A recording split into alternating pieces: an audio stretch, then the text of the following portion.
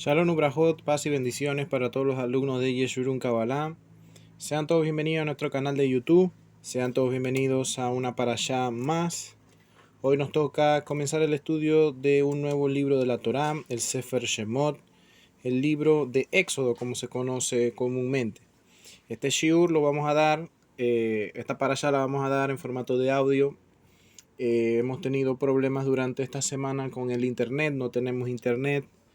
Estamos por cambiar de operador, de Brat Hashem. El Eterno envíe sobre nosotros para Nasatova para poder lograr esa meta y poder entonces conectarnos como semanalmente lo hacemos con todos ustedes. Así que bueno, la clase de hoy, la parashá de hoy que vamos a desarrollar es la primera parashá del segundo libro de la Torá, el Sefer Shemot, el libro de los nombres. Shemot quiere decir nombres, es el plural de la palabra Shem, que es nombre. Shemot es nombres, haciendo referencia a todos los hijos de Jacob que descendieron a Egipto. Justamente la primera cosa que hace la Torá en esta parashá es recordar el nombre de aquellos que vienen de Jacob y descienden a Egipto. Y esto es algo muy importante que debemos de entender. Todos nosotros, desde que nacemos, lo primero que hacen nuestros padres es colocarnos un nombre. El nombre nos identifica, nos da identidad, nos da personalidad también, nos hace encajar dentro de un grupo. Por lo menos, si yo le digo de nombres como Yehudá, Reubén, Shimeón, estos nombres son nombres hebreos. Al decirlo, se sobreentiende de que entonces el círculo familiar es étnico de un sitio, es decir, en este caso son hebreos, son judíos. Pero si yo me llamo José o me llamo Carlos o me llamo, ya es un nombre como más latino, entonces quiere decir que étnicamente vengo de otra parte del mundo. Pero si yo me llamo Ibrahim o me llamo Mohamed, ya se sobreentiende de que vengo de otra, tengo otro origen étnico. Así que el nombre también te coloca dentro de círculos sociales. Justamente porque el segundo libro de la Torá se llama Shemot, es justamente porque lo que viene a traer el libro de Shemot es una diferencia entre unos y otros. Disculpen. El libro de Shemot comienza recordándole a los hijos de Jacob que todos ellos, aunque están en una tierra, no pertenecen a esa tierra. Porque había, para empezar, una diferencia lingüística entre la lengua egipcia, que es una lengua que ya ha desaparecido, y la lengua hebrea. Entonces, a ellos recordar sus nombres les hace recordar su origen y que no son de ese sitio. Justamente durante todo el libro de Shemot, de Éxodo, como también se conoce popularmente, trata de dar una identidad, de distinguir entre unos y otros. Comenzamos distinguiendo entre el pueblo de Israel y el pueblo egipcio. Luego la separación, cuando ellos salen de Egipto. Luego tenemos dentro de esa historia cuando se diferencian a Israel de las demás naciones, cuando se entrega la Torá en Har Sinai. Luego tenemos dentro del pueblo de Israel subdiferencias, la tribu de Yehudá, la tribu de Efraín, la tribu de Menashe, la tribu de Shimeón. Y luego tenemos entonces los nombres de cada uno de los que componen cada una de esas tribus. Entonces, justamente el nombre de Shemot tiene que ver con eso, la identidad. También explican los sabios, los Mekubalim, que en este libro de Éxodo, es donde se nos otorga en gran regalo que es los nombres divinos, los nombres de Dios. Justamente en esta parashá es cuando aparece el nombre más elevado que podemos encontrar en la Torá de Akadosh Baruj Hu, del Santo bendito sea. Así que bueno, como forma de introducción, les quería comentar justamente eso, que durante todo el estudio que vamos a hacer de este libro, lo que se busca es traer una diferencia entre el pueblo de Israel y, en este caso, el pueblo egipcio. Vamos a comenzar a desarrollar el primer punto de la parashá. El capítulo 1 del libro de Shemot de Éxodo nos dice de que murió el faraón de aquel tiempo y se levantó otro faraón y este no conocía a Joseph. Como no conocía a Joseph, entonces oprimió al pueblo hebreo, al pueblo de Israel. Explican nuestros sabios que este faraón era el mismo faraón de Joseph. Entonces, ¿por qué dice la Torá que murió y se levantó otro? Justamente explican los sabios en el Midrash que este faraón sufrió de lepra, Sarat. Y dentro de la Torá hay varias formas de determinar una persona que está muerta. Número 1, la biológica. Una persona que no tiene signos vitales está muerta. Número 2, una persona que tiene Sarat, que tiene lepra, se considera una persona muerta. Y número 3, una persona pobre, también se considera muerta.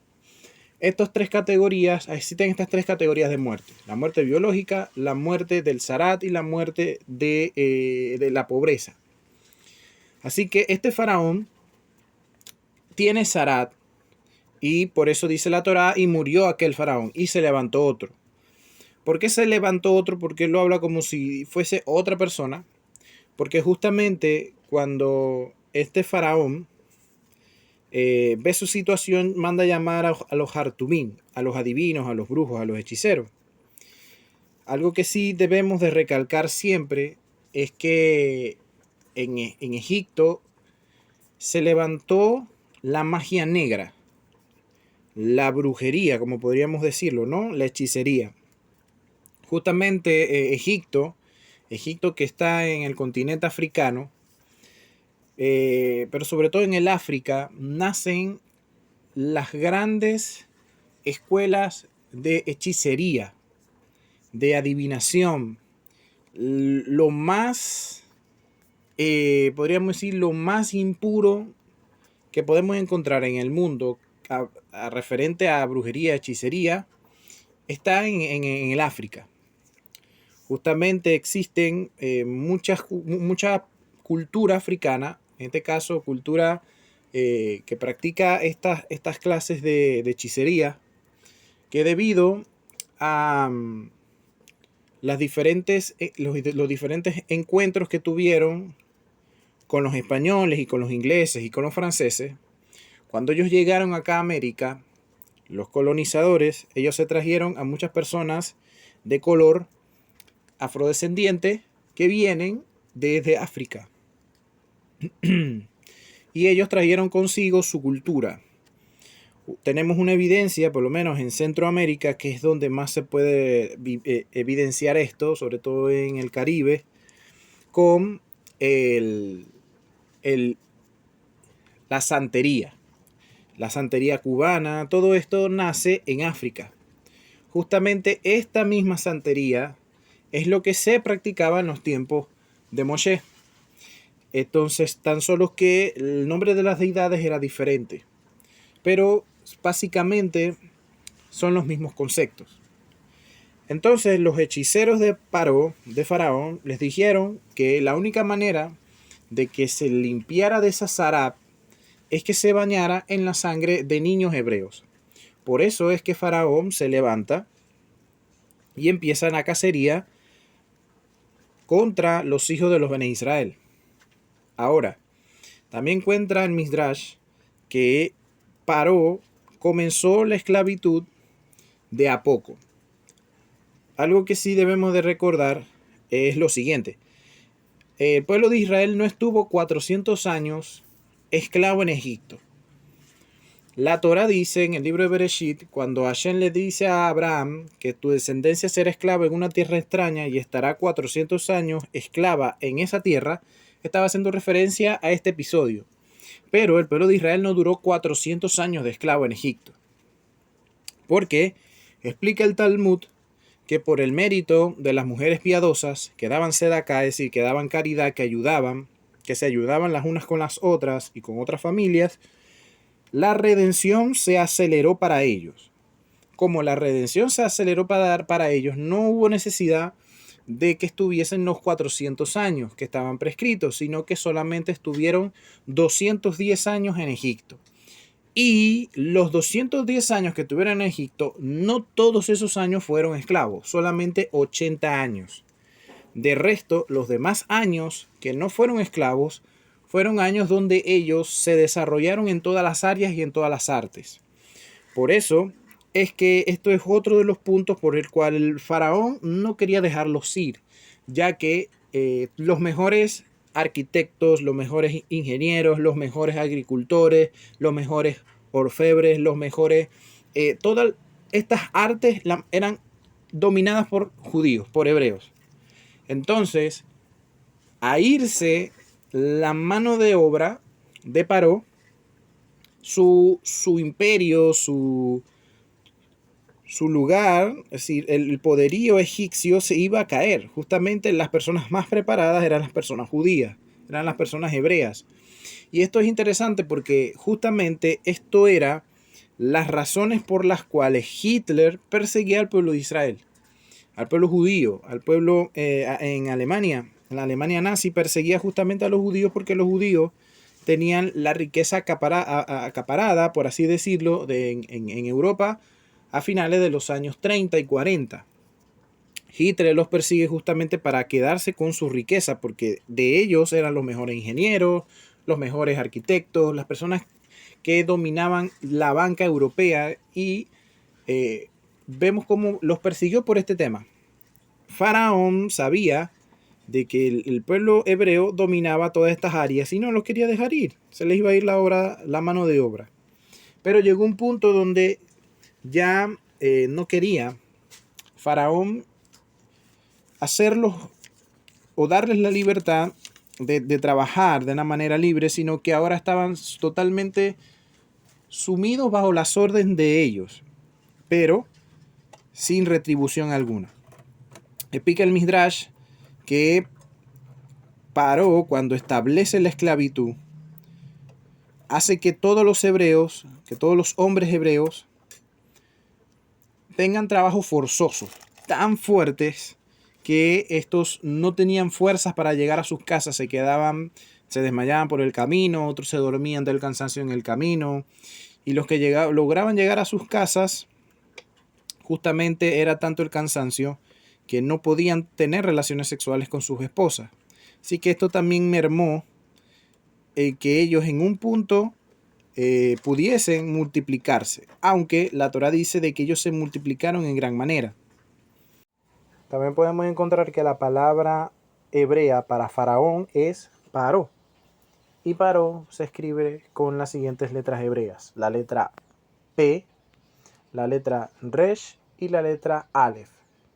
Si dividimos esta palabra Paró en dos, tenemos la letra P por un lado, que P significa boca, y la letra Resh y la letra Aleph dan como resultado la palabra Ra, que significa mal o malvado o mal.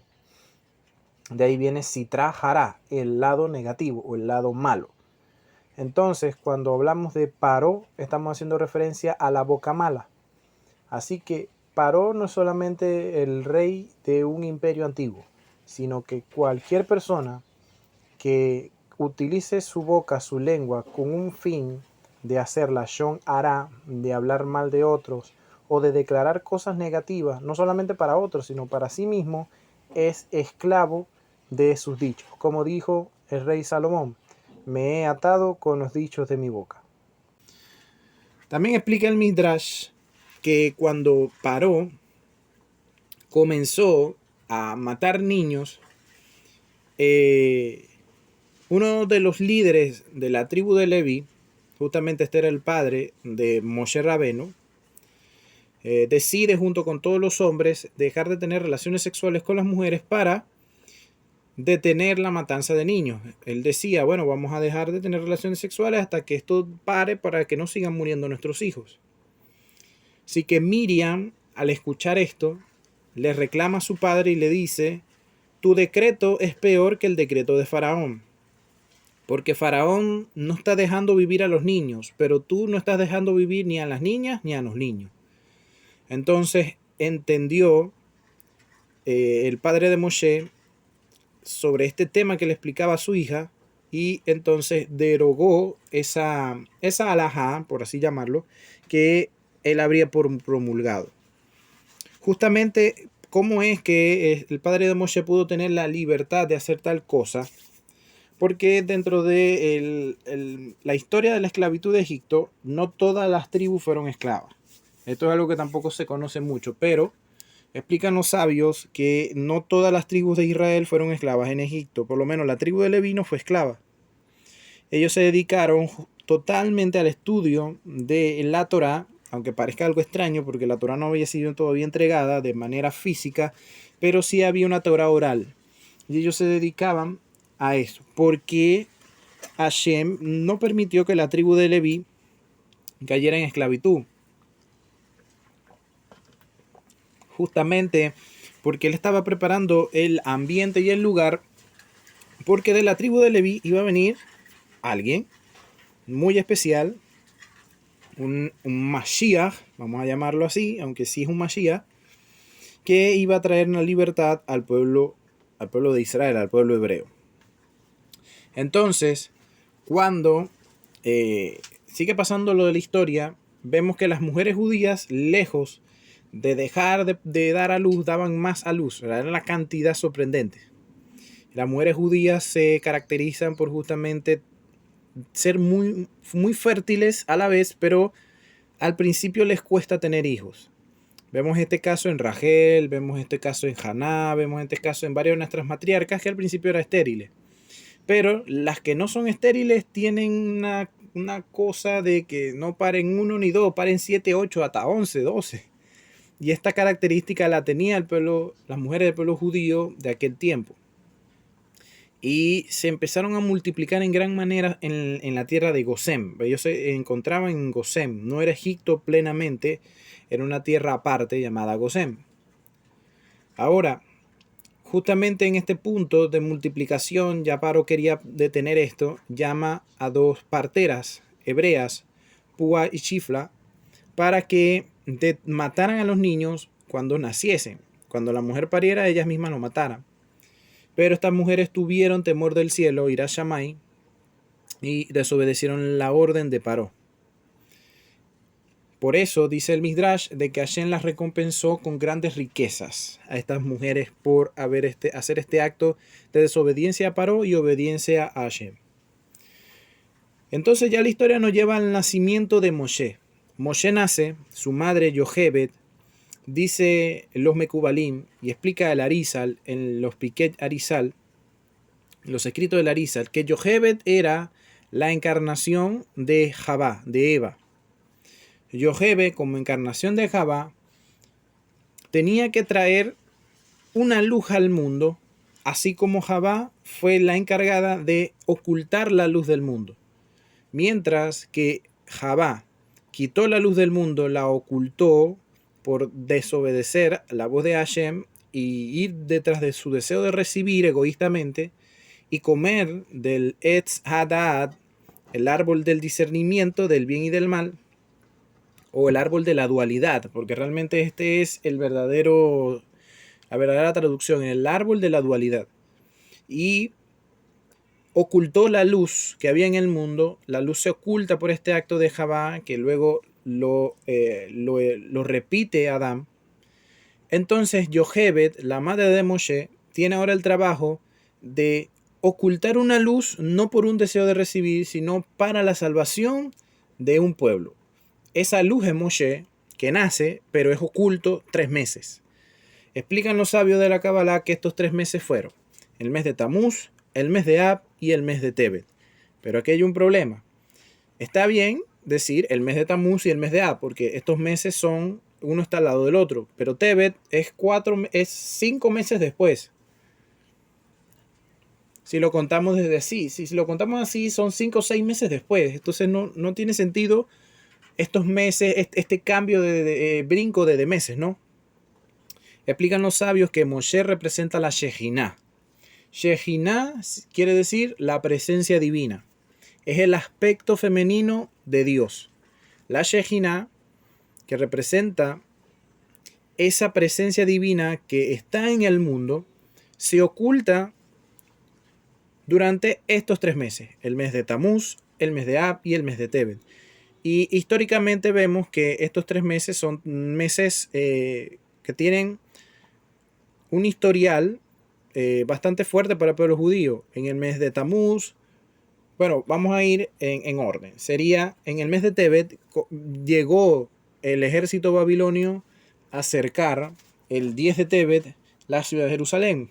Comienza el asedio el 17 de Tamuz. Se destruyen las murallas de Jerusalén y el 9 de Ab se destruye el templo de Jerusalén, el primero y el segundo, sin mencionar las muertes de Esdras, cuando se tradujo la Torá del hebreo al griego y se hizo la Septuaginta y varios eventos más históricos que han marcado estos meses como meses negativos. Así que Yochebed ocultó la luz durante 3 meses, que son estos 3 meses. Pero cuando ya el niño ya emitía para llorar, Miriam, mandada por su madre Yochebed, decide llevar a su hermano a un lugar más seguro. Y aquí nace, o mejor dicho, creo que aquí se puede entender el concepto que dice: si quieres mostrarle algo a una persona, o la verdad a una persona, y que no la vea, pero que sea verdad, colócaselo en la cara. ¿Por qué? Porque ¿a dónde fue Miriam? Miriam fue justamente al Nilo. Pero ese río Nilo, o esa parte del río, estaba cerca del lugar donde se bañaba la hija de Faraón. Ella coloca a Moshe en un canasto que estaba bañado en brea, que es el mismo material que se utilizó para la construcción del arca. De ahí los sabios de la Cábala dicen de que Moshe es la encarnación de Noaj, como Noaj era la encarnación de Set. Hay otros que dicen que Moshe es la encarnación de Adán. El Arisa le explica de esta manera. Y hay otros que dicen, como Rabbi Shimon Bar Yochai, que Moshe era la encarnación de Ebel. Entonces, ¿quién tiene razón? Bueno, el asunto es que Moshe vino a hacer un trabajo. Moshe vino a hacer un trabajo. ¿Y quién más para que lo proteja que la misma hija del faraón? Mientras que Faraón perseguía a los niños para matar a los niños hebreos, resulta que él tenía un niño hebreo viviendo en su casa, que era Moshe. Y vemos cómo cuando la hija de Paró lo ve, se apiada de él y lo cría como su hijo. Pero ¿quién amamanta a Moshe? La misma madre, Yochebed, porque ella la manda a llamar. Entonces vemos cómo Moshe siempre supo que él era hebreo, siempre supo que él no era egipcio. No es como las películas que se ven que Moisés cuando está grande se da cuenta que es hebreo y es un drama. Eso no pasó. Eso lo hacen así en las películas para que sea entretenido. Pero eso nunca pasó. Moisés siempre supo que él era hebreo. Incluso se dice mucho que el nombre Moshe no es un nombre hebreo, sino que es un nombre egipcio. Porque agua o aguas o río en egipcio tiene Mosh Esh, que suena como Moshe, Mosh Esh. Entonces, por ese paralelismo lingüístico se dice de que el nombre Moshe no es un nombre hebreo, pero realmente el nombre Moshe es un nombre hebreo, ya que Moshe tiene las mismas letras que son la letra Mem, la letra Shin y la letra Hei, ¿verdad? Que son iguales al nombre Hashem, que es Hei, Shin, Mem. Hashem, Moshe. Es lo mismo, tiene las mismas letras hebreas. Entonces, cuando llega Moshe y está dentro de la casa de Paró, justamente empieza la historia de las que leemos en la Torá, que Moisés toma, cuando ya está adulto, ve que están maltratando a un hebreo, un egipcio está maltratando a un hebreo y Moisés va y mata al egipcio. Luego al otro día hubo una riña entre dos hebreos y cuando él quiso intervenir, uno de ellos le respondió: ¿quién te hizo guardián de nosotros? ¿Acaso nos matarás como mataste al egipcio? Cuando Moisés oye esto, se asusta, creen que lo van a acusar y él huye al desierto. Cuando Moisés va al desierto, déjeme decirle que pasaron más de 40 años. ¿Qué pasó en 40 años cuando se fue Moisés al desierto? Esto es igual a los 40 años que pasó Israel en el desierto. Según cuenta la historia, Moisés viaja hasta Etiopía y en Etiopía lo vuelven rey de Etiopía incluso. Y una de sus mujeres, Adonía, varias veces intentó matarlo. Cuando él huye, se encuentra con Yitro. Y allí, cuando se encuentra con Yitro, es donde conoce entonces a Zipora, que es la que pasaría a ser su esposa en la historia bíblica y la cual le daría a Gersón y Merari, sus hijos. Ahora, cuando Moshe está en esta etapa de su vida donde ya tiene una familia, podríamos decir de que ya está viejo, tenía 80 años, le acontece el evento más sorprendente que pueda vivir un ser humano. Un encuentro personal con su creador. En este caso, Moshe ve que una de sus ovejas falta y decide ir a buscar. Y ve un árbol, una zarza, describe la Torá. Y la zarza estaba encendida, estaba en llamas, pero esta zarza no se consumía. Por supuesto, al ver esto es algo sumamente extraño, que cualquiera quiere ir a ver, como Moshe, como una persona totalmente curiosa, decide ir a averiguar que cómo es esto, cómo que esto no se consume, imposible. Y queda sorprendido. Justamente sale una voz de la zarza que le dice: quítate las sandalias, el calzado de tus pies, porque el lugar que pisas es santo. ¿Por qué Hashem decide mostrarse como un árbol encendido en llamas y no como una luz o con forma humanoide o algo así? Porque él decide un árbol que está encendido en fuego. Explican los sabios de la Kabbalah que Moshe estuvo en el mismo lugar donde estaba el árbol de la vida. Y el árbol que vio encendido, la zarza, es el árbol de la vida. Cuando la voz le dice: quítate las sandalias de tus pies, le estaba diciendo en una interpretación más profunda, acá, para poder estar o para poder conectar con el árbol de la vida, no puedes estar pegado al materialismo. ¿Por qué? Porque los pies representan a la sefirá de Malhut y las sandalias o el calzado que recubre el pie es un material externo que está cubriendo nuestra conexión directa con la tierra. Es una protección, ¿no? Pero esa protección es hecha. No, realmente es una obra de manos humanas. O sea, es algo que tiene que ver con materialismo. Entonces, dentro de una interpretación más profunda, lo que le dice la voz a Moisés es: cuando te acerques a la presencia divina, no puedes estar apegado al materialismo. Tienes que quitarte las sandalias de tu pie. Tienes que quitarte el deseo de recibir para conectar con la divinidad. Es lo que significa esta parte. Y justamente Hashem le habla a Moshe desde el árbol. Es decir, el árbol de la vida. No podemos decir tampoco que Dios tiene forma de árbol, porque esto es, por supuesto, esto es falso.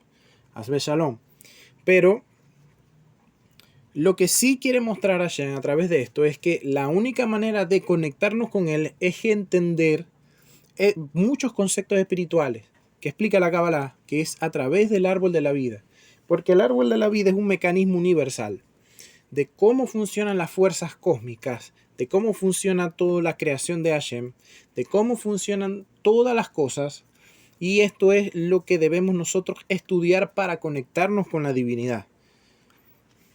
Muchas veces, lamentablemente, número uno, las religiones, aunque toman la Torá, ignoran muchos conceptos de la Torá, porque no es solamente leerlo literalmente, y si vas a leer una mala traducción y una traducción manipulada, por supuesto que vas a estar en un error y en idolatría. Y también, lamentablemente, muchos que tienen Torah no tienen Kabbalah, no quieren estudiar Kabbalah, entonces es casi lo mismo. Aunque evidentemente no son idólatras, pero no hay una Kabbalah, no hay una intención de conectar con la divinidad. Todo se vuelve tan rutinario. Y justamente ese es el problema. Estás observando, quien tiene Torah, que es quien nace judío, es como Moisés que está asombrado de ver el árbol que está ardiendo, pero no conecta con el árbol. Tiene que quitarse la sandalia de los pies. Tiene que alejarse del materialismo. Tiene que trascender, tiene que elevar su conciencia para que entonces él se conecte con ese árbol de la vida.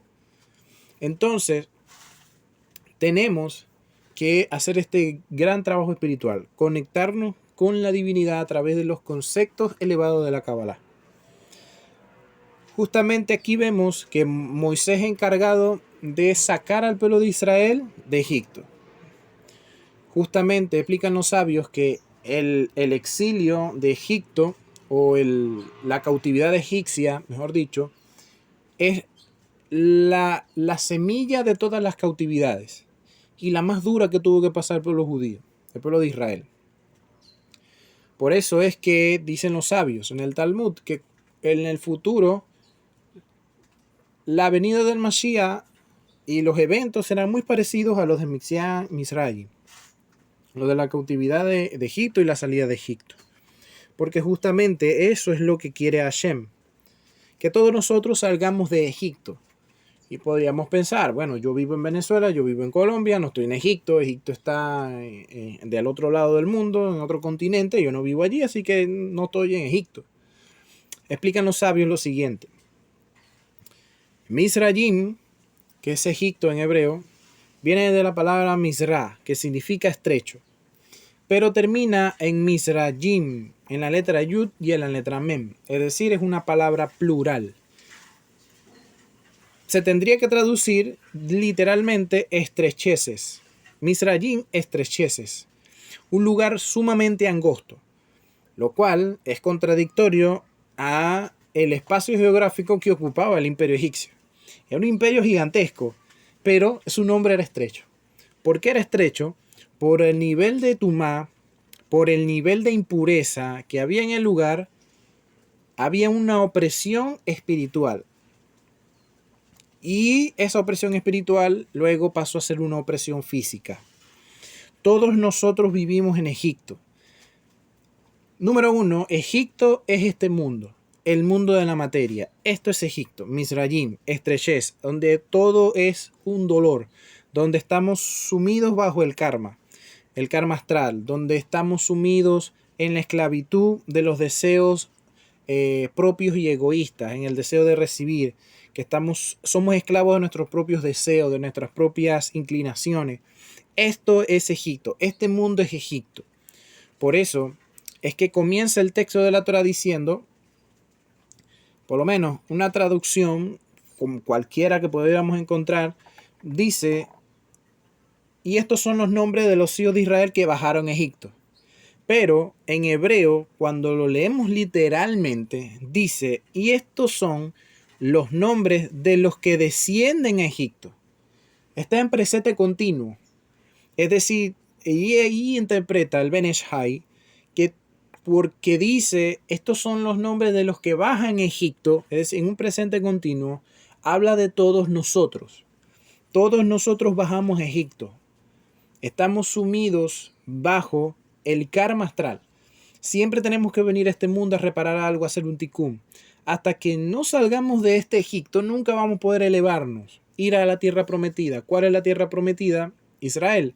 Sí, físicamente eres Israel, pero hay una tierra prometida que es trascendental y es Gan Eden, el jardín del Edén, que es la conexión con Hashem. Eso se llama Yehidah. Y justamente salir de Egipto significa salir de los apegos del cuerpo y unirme con la trascendencia divina. Eso es lo que significa salir de Egipto. Todos nosotros tenemos un Egipto personal. puede ser una deuda económica, una relación de pareja, una enfermedad, puede ser una crisis económica. Todo esto también puede ser Egipto. Pero podemos salir de Egipto. Salir de Egipto no es imposible, es posible, pero es difícil. Y ahí vemos cómo viene la intervención divina para poder sacarnos de Egipto. Justamente cuando Hashem le empieza a hablar a Moshe, Moshe dice, pero ¿cómo me van a creer? Y Hashem le da 3 señales a Moshe. ¿Cuál fue la primera señal? La vara. Hashem le preguntó a Moshe, ¿qué tienes en la mano? Una vara. Tira la vara. Cuando lanza la vara se convierte en serpiente. Esta es la primera señal. La segunda señal es que él metió su mano dentro de su ropa y cuando la sacó su mano estaba leprosa. Luego volvió a meter su mano, cuando la sacó estaba limpia. Y la tercera señal es que tomó agua, un cántaro, y vertió el agua a tierra, y esa agua que se vertía no era agua ya, sino que ahora era sangre. Estas eran las 3 señales. Explica el Zohar que estas 3 señales, y también explica el Arizal en su libro Pitkei Arizal, que estas 3 señales son iguales a la rectificación que tenía que hacer el pueblo de hebreo en Egipto. Número 1. ¿Qué significa la vara que se convierte en sangre? Esto es Keneded, igual a la generación de Enoch. ¿Por qué la generación de Enoch? Porque en la generación de Enoch es cuando comenzó la idolatría en el mundo. ¿Y cómo comenzó la idolatría en el mundo? A través de la Nahash. ¿Y qué es la Nahash? La inclinación al mal. Número 2. La lepra, que es la segunda señal, es igual a la generación de Babel. Porque la generación de la torre de Babel, la generación de Noah, del diluvio. ¿Por qué la generación del diluvio? Porque en el diluvio, a través de las transgresiones sexuales, se volvieron impuros. Y la zarat, la lepra, también es impureza ritual. Y número 3, que es la generación de la torre de Babel, que es el agua que se convertía en sangre. La tercera señal. ¿Por qué? Porque la generación de la torre de Babel, si ellos estaban construyendo una torre que llegaba hasta los cielos, hay quienes que dicen que es el Sumeraj, en lo que era antiguamente el imperio sumerio, en Mesopotamia, el Figurat, y cuando se caía un ladrillo lloraban y gemían y se lamentaban, pero cuando se caía una persona y moría, no le prestaban atención, porque tomaban más importancia a lo material que a la vida humana. Y lamentablemente esto es lo que está pasando en estos tiempos. No estoy en contra de los animales, no. O sea, los animales son seres que uno tiene que cuidar y tiene que amar, porque son creaciones de Hashem, pero jamás serán más importantes que un ser humano. Y lamentablemente vemos cómo hay personas que se inclinan más a cuidar a un animal que cuidar a un ser humano. Prefieren vestir, y esto es ridículo, me disculpan si te tiene mascota y la viste, pero es ridículo vestir a un animal, darle de comer cosas y no darle un plato de comida a un niño de la calle o a alguien necesitado, o vestir a una persona que esté pasando por un mal momento, y lamentablemente esto es lo que se está viendo. O hay personas que cuidan tanto cualquier cosa material que puedan tener y descuidan tanto a su familia. He visto hombres que aman más a su carro, a su vehículo, que a su esposa y a sus hijos. Entonces, vemos que esta generación que estamos viviendo hoy en día se parece a la generación de la Torre de Babel. Por eso es que vemos que el resultado de hoy en día es justamente la confusión, porque el mundo está confundido. Cada quien tiene una idea distinta, cada quien tiene una religión distinta, cada quien... ahora ya no existen 2 géneros, sino que ahora ellos inventaron 36 tipos de géneros. Antes los géneros eran musicales, ahora los géneros son sexuales. Bueno, en fin. Entonces, vemos que esta gran calamidad, por eso es que la tercera señal es de la sangre, porque la sangre es el nivel más impuro. Justamente vemos que En las otras dos señales, la vara que se convirtió en serpiente se volvió a convertir en vara. La mano que estaba limpia y se hizo de zarat, cuando se volvió a guardar y se volvió a sacar, se hizo limpia de nuevo, pero la sangre no. Cuando Moisés tomó el cántaro de agua, el agua era pura, pero al verterlo era sangre, pero no volvió esa sangre a convertirse en agua. No hubo retroceso. Justamente, también explican los sabios que cómo pagó el pueblo de Israel este ticún, porque quien tenía que pagar este ticún era el pueblo de Israel. Número uno, porque primero Paró decidió echar a los hijos de los egipcios a los cocodrilos. Número dos, porque Paró decidió colocarles el yugo al pueblo de Israel. Y por ende, muchos de ellos murieron en la construcción de las ciudades de Paró. Y número 3, cuando vino entonces la matanza de los niños hebreos. Entonces, esta es la manera en que ellos, de alguna manera, ya habían hecho un ticún, habían pagado por eso. Pero no era necesario de que todos murieran allí, era necesario que ellos salieran de allí. ¿Por qué el pueblo de Israel bajó a Egipto? Explica Larizal que todos nosotros, así como el pueblo judío, bajamos a este mundo para recuperar las chispas divinas que hay en este mundo. Una vez que recogemos las chispas divinas, que somos encargados de recoger, que esto lo hacemos a través de cada verajá, cada vez que nos comemos algo, cada vez que recitamos una bendición, cada vez que disfrutamos de algo, recogemos esa luz divina y la unimos a la presencia divina. Entonces es allí donde reparamos el mundo. El pueblo de Israel tuvo que bajar a Egipto justamente para hacer este trabajo, para reparar Egipto y preparar Egipto para la presencia divina, para la manifestación de Hashem en este mundo, porque Hashem no se había manifestado tan personalmente antes de este episodio.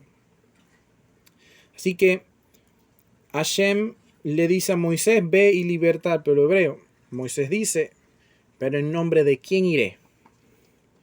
Entonces aquí aparecen los dos nombres de Dios más elevados que podemos encontrar en la Torá. Lo que le dice a Hashem a Moisés es Asher, es Ejie, Asher, Ejie, o Ekeyeke, Asher, Ekeyeke, como también le dicen los cabalistas. Ahí no aparece ningún otro nombre. Ahí no dice Jehová, ahí no dice Yahweh, ahí no dice Jehová, ahí no dice nada de eso. Olvídese de esos cuentos que usted escucha por internet, eso no existe. Aparece Hasher, Ejie, Asher, Ejie. Ejie es el nombre de Dios más elevado. Se escribe con la letra Aleph, Hei, Yud, Hei. Ejie. Y es la conexión con la sefirá de Keter. Pero luego Moisés le dice, y si no me escuchan, ¿qué haré? Entonces dile que yo soy el que soy, que lamentablemente esta es la forma en que lo traducen, pero es algo más trascendente, te ha enviado.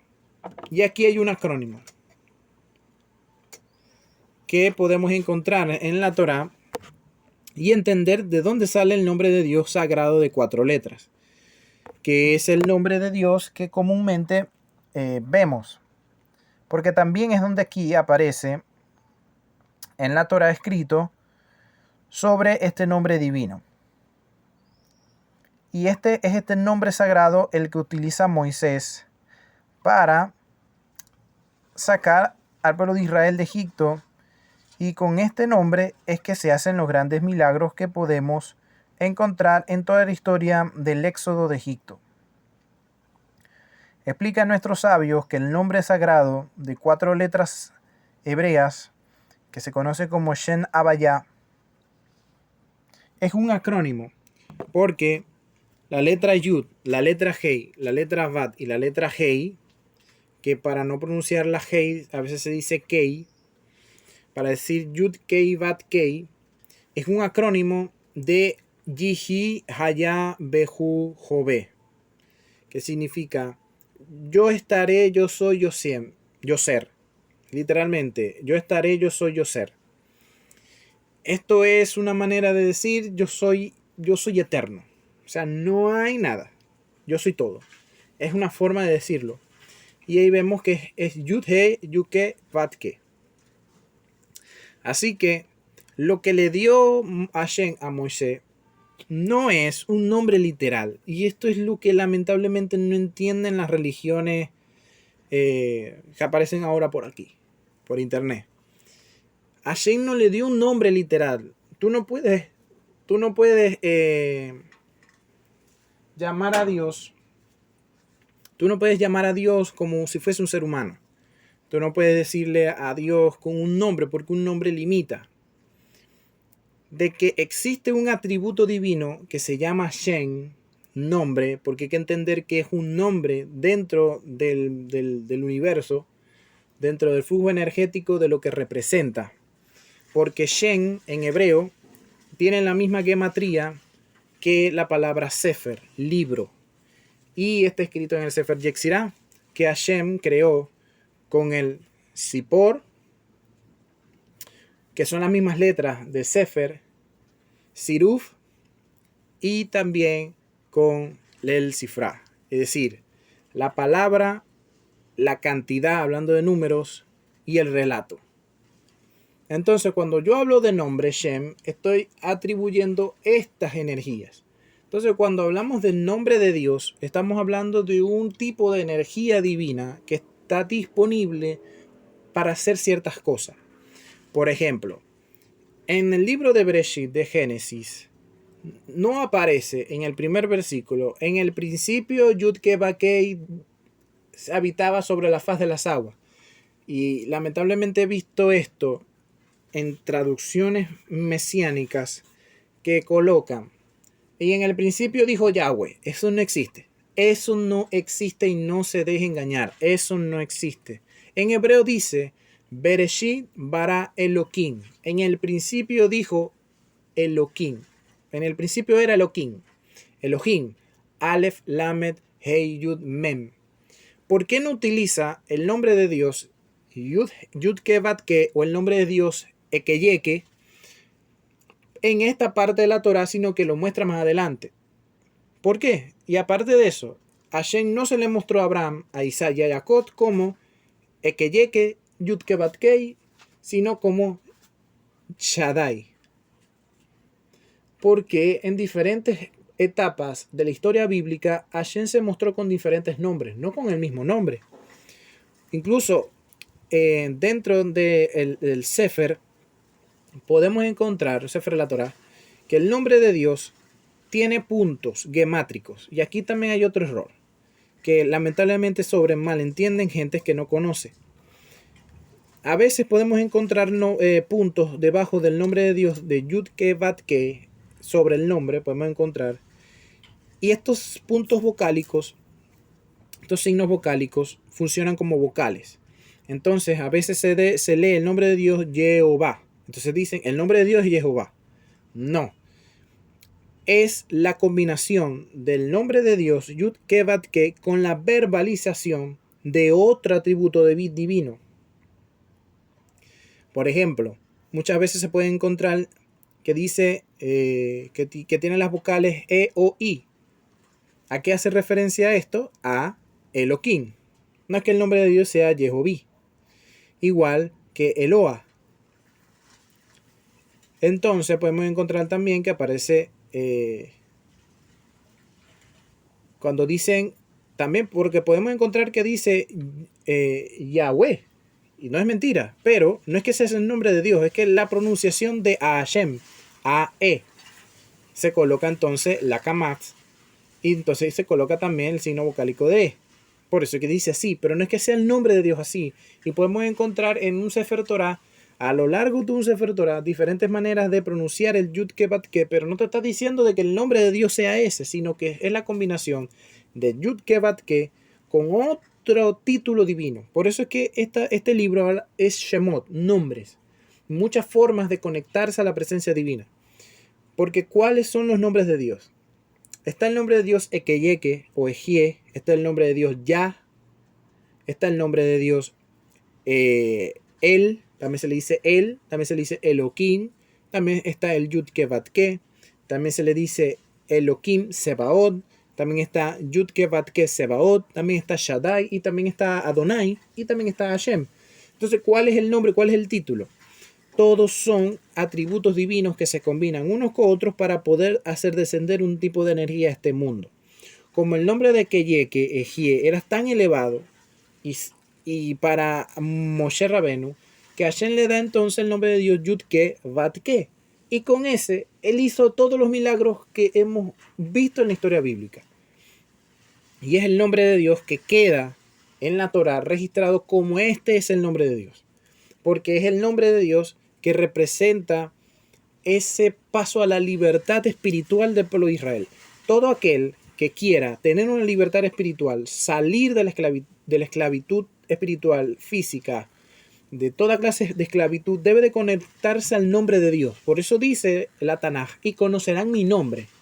Hablando del Yud-Ke Vav-Ke, pero de lo que significa el nombre. No es que van a decir, como lamentablemente se enseña en internet, bueno, porque hay que enseñar el nombre, hay que pronunciar, y empiezan a pronunciar Yahweh, y empiezan a pronunciar Jehová, y empiezan a pronunciar Yahweh, porque hay una clase loca de inventos en internet. No se trata de eso, se trata es que vamos a conocer qué es lo que significa Yud-Ke Vav-Ke y nos vamos a unir a esa fuerza energética. Cuando nos unimos a ese poder, cuando nos unimos a esa conciencia, la conciencia de Yud-Ke Vav-Ke, del nombre divino, del Shem Havaya, del nombre de Dios, entonces salimos de la esclavitud de Misraim, de este mundo físico, trascendemos y nos unimos a la espiritualidad. Eso es lo que significa, y conocerán mi nombre. Por eso es que, aunque yo muchas veces suene muy tajante, pero es que hay que decir las cosas como son. Porque es preferible que te digan una amarga verdad a que te sigan repitiendo una dulce mentira. ¿Por qué? Porque cuando seas juzgado en el Olam Abba o en esta misma vida, lamentablemente muchas personas no van a pasar ese juicio. Porque la culpa no es de aquel quien te engañó. Porque muchas veces aquel que te engaña también está engañado. El asunto es que tú te quedaste con ese engaño. Nunca cuestionaste, nunca dijiste, ¿será esto verdad? Voy a estudiar.